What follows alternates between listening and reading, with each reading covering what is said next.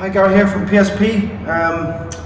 Just going to do a video here in regards to, in response to someone who sent me a message on our Facebook site asking how I would deal with someone from a woman's perspective that was sat in a private booth in a nightclub. She was sat in a chair similar to this, and some guy jumps in beside her and puts his arm around her and sort of corners her against the wall. What options would she have to deal with that situation? He put his arm around her and put his hand on her leg. So for start, you do not put your arms around a woman or touch a woman that you do not know or hasn't given you consent. So that is a big no-no. The first option would be, obviously, you see this guy approaching you, he sits down, you get up, you walk away. First initial option is, as you see him coming, sits down, you get up and walk away. Second option, he sits down, listen mate, hands up, non-aggressive posture, I don't want no trouble please, can I walk away, leave me alone. So that's your second response. You've got a non-aggressive posture, you told me you want no trouble, is ignore that. So then we're going to have to move the third response. This could be a physical response.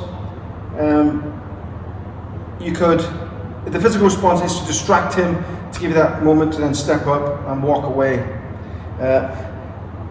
For a woman, we want to look at basic pain compliance on a male, weak spots on a male. There's a number of different options you have available to you. He puts his arm around you, you can go for the inside of his thigh, just grab the inside of his thigh really hard. That might create a flinch response to let you walk away. So you boom, grab the inside of his thigh, use your fingers, get inside and rip that inside thigh. Boom, grab it and rip it. Boom, grab it and rip it, and then try to escape. If his arm's around you, you try that and he refuses, then we can move on to something more physical. First one I would go for then is the groin. Use a hammer fist, for example. The soft part of the knuckle, clench your fist. Now what we're going to do is we're going to drive that hammer into the groin area. You're going to pivot your foot on the ground, give you an anchor point. You'll rotate those hips, and you're going to drive that hammer fist into the groin. So show again, pivot into the groin. You can do this multiple times to get the maximum benefit, maximum shock to his body. So into the groin and then away. Other options you have, you can use a hammer fist to the head. It's the exact same principle. Pivot the foot to the ground. Listen mate, don't want trouble. Hammer fist into the head. Again, pivot, hands off. Drive the shots into the head and escape. Other options you have as well is the elbow. You bring the elbow into the face. This one's a bit more difficult to judge sometimes, but if you can get it right, it can cause a lot of damage. So the elbow's going to come up, and it's going to go into the face. You can also use the palm to back that up to give it more power. So again, plant the feet, boom, into the face. And again, plant the feet, boom, boom, into the face, and walk away. So there's three options. So guys, another option you have when seated and you have someone encroaching in your personal space. For a woman, for example, this was a head. The guy could have his arm around the woman and she's encroaching in his personal space. For a woman, we always look at most vulnerable spots first. So for example, if a woman's got nice sharp fingernails, the arms around the guy's arms around the woman's shoulders, the first initial response would be the weakest part of the face would be the eyes.